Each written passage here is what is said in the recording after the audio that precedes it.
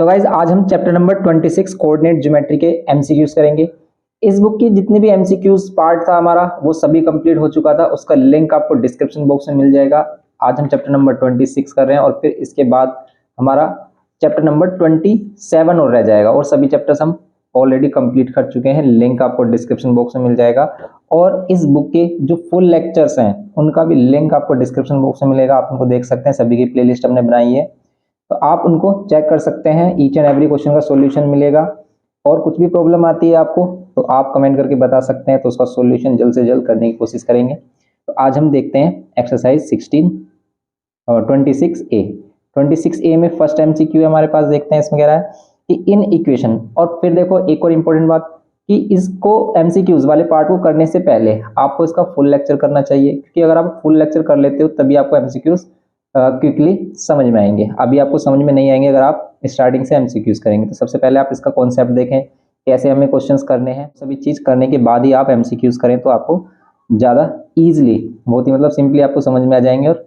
आप जल्द से जल्द देख सकते हो कि किस तरीके के सॉल्यूशन हो रहे हैं और समझ पाओगे। तो यहाँ पर हम करेंगे फर्स्ट वाला कह रहा है कि in equation this ordinate is. अब बताओ इसमें ऑर्डिनेट क्या होगा, इस इक्वेशन में ऑर्डिनेट क्या होगा। इसमें ऑर्डिनेट कहते किसे हैं, ऑर्डिनेट कहते हैं हम y वाली वैल्यू को। तो इसमें तो y वाली वैल्यू है ही नहीं, तो अगर इसमें y वाली वैल्यू है ही नहीं तो y की वैल्यू क्या होगी फिर इसमें जीरो, क्योंकि यहाँ पर x की वैल्यू तो है। इस इक्वेशन में क्या है हमारे पास, x की वैल्यू तो है। कैसे, क्या आप x की वैल्यू बता सकते हो इसमें से क्या होगी x की वैल्यू? 5 को लेके आएंगे, x की वैल्यू आ रही है 5/2, 5/2 मीन्स 2.5। तो फिर यहाँ पर y की वैल्यू क्या होगी, y की वैल्यू इसमें नहीं है क्योंकि x एक्सिस में ही इक्वेशन। तो x एक्सिस की कोई भी इक्वेशन है तो फिर इसमें क्या होगा हमारा, तो फिर ये x एक्सिस की इक्वेशन हमारी 5/2 है, तो y की वैल्यू क्या लेंगे इसके लिए हम 0 लेंगे। तो इसका हमारा फर्स्ट हो गया। अब हम देखते हैं इसमें सेकंड। तो ए का हमारा क्या है ऑप्शन फर्स्ट। बी चेक करते हैं इसमें, बी में क्या होगा। बी में कह रहा है कि in the equation y is equals to 3 + 4x/5 the independent variable. तो ये आपको बताया था कि डिपेंडेंट और इंडिपेंडेंट किसे कहते हैं। देखो जिस वैल्यू पर, जैसे हम इसमें x की वैल्यू पुट करते रहे तो हमें y की वैल्यू मिलेगी। इसका मीन्स कि यहाँ पर जो भी हमारी क्या होगी, ये इंडिपेंडेंट वैल्यू होगी। यहाँ पर जो वैल्यू होगी हमारी क्या होगी, जो बिना कोफिशिएंट के होगी, मीन्स अकेली जो वैल्यू होगी L1 वैल्यू होगी, वो डिपेंड करेगी किस पर, इस x पर, क्योंकि जैसे जैसे हम x की वैल्यू पुट करेंगे वैसे वैसे y की वैल्यू चेंज होगी। तो y क्या है, डिपेंडेंट है किस पर, x पर, और x हम इंडिपेंडेंट बोलेंगे क्योंकि x की वैल्यू हम अपने अकॉर्डिंग कुछ भी पुट कर सकते हैं। यहाँ पर मैं x के अकॉर्डिंग कुछ भी पुट कर लो, y की वैल्यू मिलती रहेगी। x यहाँ पर इंडिपेंडेंट है और y क्या है, डिपेंडेंट। तो x क्या होगा, इंडिपेंडेंट, क्योंकि हम x की वैल्यू पुट करेंगे और y की वैल्यूज हमें मिलेगी यहाँ पर। तो यहाँ पर क्या होगा, x होगा इंडिपेंडेंट, इंडिपेंडेंट वेरिएबल होगा इसमें सेकंड। तो इसमें बच्चे कंफ्यूज भी होते हैं कि इंडिपेंडेंट कौन सा होगा और डिपेंडेंट कौन सा। तो जिसकी वैल्यू हम अपने अकॉर्डिंग कुछ भी रखें वो इंडिपेंडेंट है। जैसे हम x की वैल्यू यहाँ पर अपने अकॉर्डिंग कुछ भी रख सकते हैं तो वो क्या होगा, इंडिपेंडेंट। सेकंड वाला क्या है हमारा, इंडिपेंडेंट। पर जो यहाँ पर अकेली वैल्यू होगी उसको देख सकते हो, वो डिपेंड करेगा इस वाली वैल्यू पर, तो इसलिए डिपेंडेंट है x पर। तो यहाँ पर y डिपेंडेंट, x इंडिपेंडेंट। इसका ऑप्शन सेकंड है, इसका ऑप्शन हो गया हमारा सेकंड। थर्ड वाले में कह रहा है इफ ये जो कोऑर्डिनेट्स हैं गिवन है, मतलब इक्वल गिवन किए हैं, the values of x and y। देखो अगर टू कोऑर्डिनेट्स इक्वल होते हैं तो फिर उनके x वाली वैल्यू x के इक्वल होगी एंड y वाली वैल्यू y के इक्वल। यहाँ पर हम क्या कर देंगे, ये किसके इक्वल रखेंगे हम, 3, 10 के इक्वल ये है। अब देखो आप इसमें x वाली वैल्यू x के इक्वल 2x - 1 = 3, यहाँ पर ये 2x - 1 इधर आकर +1 तो हो जाएगा 4, और x की वैल्यू कितनी हो जाएगी, 2 से डिवाइड कर देंगे, x की वैल्यू 2। सेम यहाँ पर y + 5 = कितना होगा, 10। यहाँ पर y = कितना होगा, 10 - 5, y हो जाएगा 5, x = 2, y = 5, 2, 5 इसका आंसर होगा थर्ड। तो यहाँ पर होगा सी में थर्ड पार्ट, सी का थर्ड पार्ट होगा हमारा। और डी में क्या कह रहा है कि 5, -7 बिलोंग्स टू, ये 5, -7 किस क्वाड्रेंट में बिलोंग करेगा। तो सिंपल है, ये तो आपको बताया था अभी किस क्वाड्रेंट में बिलोंग करेगा, ये करेगा हमारा फोर्थ क्वाड्रेंट में। क्यों करेगा, कि हमारे पास 4 क्वाड्रेंट होते हैं जिसमें यहाँ पर x पॉजिटिव साइड होती है, y पॉजिटिव साइड, यहाँ पर x नेगेटिव साइड होती है और यहाँ पर y नेगेटिव साइड होती है। तो देखो ये वाला क्वाड्रेंट देखो, अगर आप इस वाले क्वाड्रेंट में उसको हम फर्स्ट क्वाड्रेंट कहते हैं, फिर ये सेकंड एंटी क्लॉकवाइज चलते हैं, थर्ड एंड फोर्थ। ये फर्स्ट क्वाड्रेंट जिसमें दोनों ही प्लस होते हैं, x की वैल्यू प्लस और y की, इसमें कोई भी कोऑर्डिनेट होगा वो प्लस प्लस का ही होगा, मीन जैसे 1,2, 2,1, 2,3 दोनों ही वैल्यू x और y दोनों ही वैल्यू प्लस होंगी। इसमें आ जाओ आप सेकंड में अगर हम आते हैं तो यहाँ पर x की वैल्यू तो नेगेटिव होगी लेकिन y की वैल्यू पॉजिटिव, तो ये है माइनस प्लस वाला क्वाड्रेंट। ये होगा हमारा नेगेटिव नेगेटिव, बहुत नेगेटिव क्योंकि यहाँ पर दोनों ही नेगेटिव है, और ये होगा हमारा x पॉजिटिव क्योंकि पहले x लेते हैं और फिर y नेगेटिव, ये है। तो आपको कंफ्यूज आएगी इन दोनों में, तो बस कंफ्यूजन के लिए आपको क्या ध्यान रखना है कि भाई ये एक्स एक्सिस इधर की तरफ पॉजिटिव होता है हमारा राइट हैंड साइड पर, उधर लेफ्ट हैंड साइड में क्या होता है नेगेटिव। वाई एक्सिस हमारा ऊपर की साइड अब क्या होता है पॉजिटिव और बिलो क्या होता है नेगेटिव। बस सिंपल इसके अकॉर्डिंग आप अगर फर्स्ट क्वाड्रेंट में हो तो देखो आप एक्स प्लस और वाई प्लस, सेकंड क्वाड्रेंट में हो तो पहले एक्स की वैल्यू देखते हो तो एक्स माइनस और वाई प्लस, थर्ड में आ जाते हो एक्स भी minus y minus minus minus, fourth में आ जाते हो एक्स प्लस और वाई माइनस। इसलिए बस ये क्वाड्रेंट का खेल ये है सिंपल सा।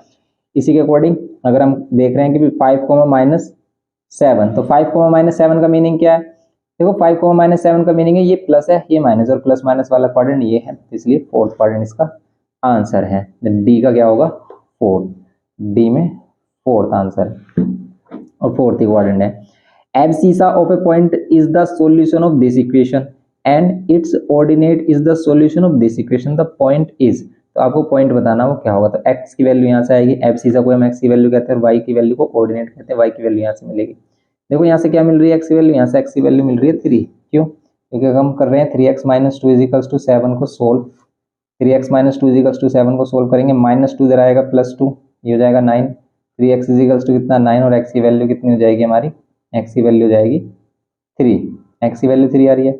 y की वैल्यू के लिए इसको सोल्व करेंगे, सेकंड इक्वेशन हमारे पास क्या है 8 - 3y = 2, 8 - 3y = 2, 8 को इधर लेके आओगे आप कितना हो जाएगा ये 8 प्लस का इधर आकर माइनस का, ये -3y ये हो जाएगा -6 -7 कैंसिल, y की वैल्यू 3 2 जा 6, y की वैल्यू हो जाएगी 2, x की वैल्यू 3 एंड y की वैल्यू 2, ये हो रहा है हमारा x = 3 y = 2, 3,2, तो ये फर्स्ट क्वाड्रेंट है हमारा। तो ये मतलब फर्स्ट वाला ऑप्शन हमारा करेक्ट है 3,2, तो ई का फर्स्ट आंसर है। सिंपल से एमसीक्यूज थे हमारे। अब हम इसमें नेक्स्ट एक्सरसाइज देखते हैं 26B। ये आ गई हमारी 26B। अब देखते हैं इसमें फर्स्ट कह रहा है कि this line is parallel to x axis, y parallel to y axis, not parallel to x axis, not parallel to y axis. अब देखो ये वाई इक्वल्स टू लाइन है, तो y equals to any line क्या होगी x axis के parallel होगी, parallel to x axis. Simply क्यों होगी, क्योंकि देखो अगर आप इसे ड्रॉ करते हो, ये एक्सरसाइज क्या है हमारी 26B, अगर आप ड्रॉ करते हो y + 7 = 0 लाइन को, तो कहां पर ड्रॉ होगी, y = -7 लाइन है तो y = -7, y पर -7 पर इस तरीके से ड्रॉ होगी, और y पर जो भी लाइन होगी सिर्फ y वेरिएबल में है तो वो x एक्सिस के ऑलवेज पैरेलल होगी, तो पैरेलल टू x एक्सिस होगी, और इसका ऑप्शन होगा फर्स्ट, ए का क्या होगा फर्स्ट ऑप्शन होगा parallel to x axis. Okay next वाला देखते हैं हम इसमें। नेक्स्ट वाला है कि a line is parallel to y axis and at a distance of 5 unit on the positive side of x axis. एक लाइन है जो पैरेलल है y एक्सिस के, और कहां पर है कितने डिस्टेंस पर है, eight a distance of 5 unit on the positive side of x axis, x axis पर पॉजिटिव साइड पर, x एक्सिस पर पॉजिटिव साइड पर क्या है हमारा 5 यूनिट पर एक लाइन है जो y के पैरेलल, तो क्या है x = 5 लाइन है, x = 5 लाइन इसमें से दिख रहा है कोई, yes x = 5 line third option है। ये नहीं होगा क्योंकि x = -5 लाइन है, ये थर्ड वाली क्या है इसका, थर्ड वाला ऑप्शन क्या है इसका करेक्ट है, तो 26B में जो हमारा B है इसका होगा थर्ड आंसर x = 5। नेक्स्ट देखते हैं इसमें, तो B का तो हमारा थर्ड हो गया, थर्ड ऑप्शन है क्या x = 5।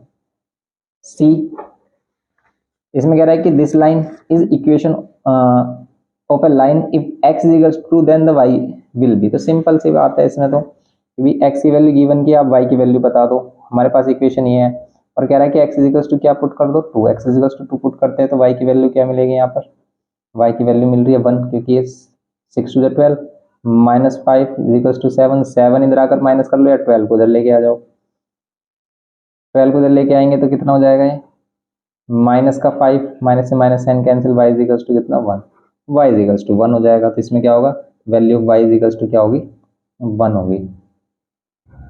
फिर डी पे आ जाओ आप, डी है for equation this the value of y for x = 9 is, बताओ आप कि इस वैल्यू के लिए यहाँ पर है D, For this equation x/3 minus y/2 is equals to 1. The value of y for x is equals to 9. If x is equals to 9 then value of y will be क्या होगी, यहाँ पर देखो 9 पुट करोगे आप,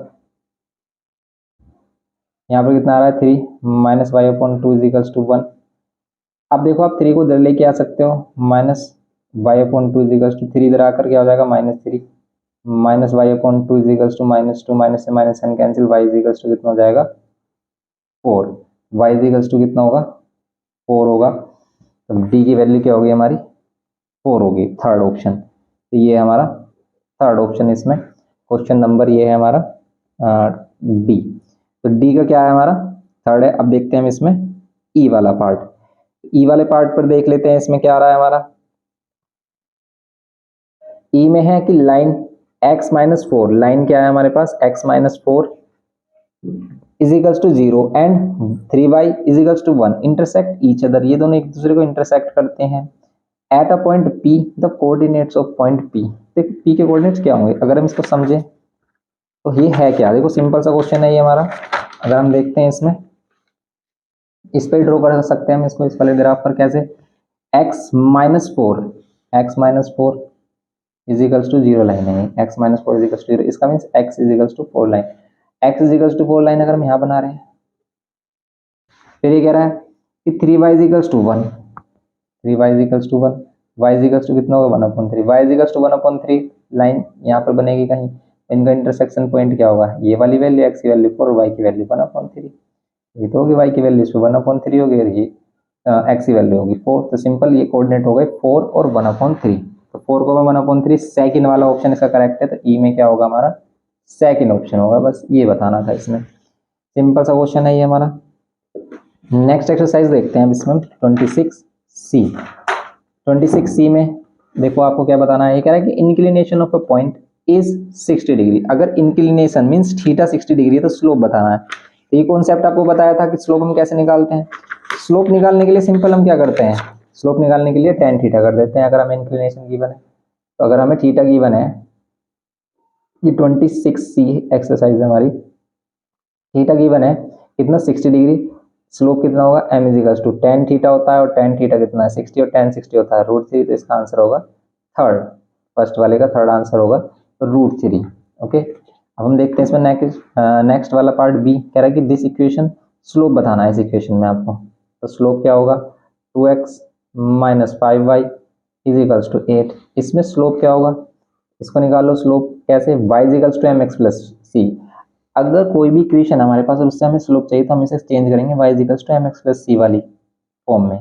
अगर आप line को y is equals to mx plus c वाली फॉर्म में कन्वर्ट कर देते हो तो जो हमारा x का कोफिशिएंट होता है वो होती है हमारी m की वैल्यू मींस स्लोप, और c क्या होता है y इंटरसेप्ट.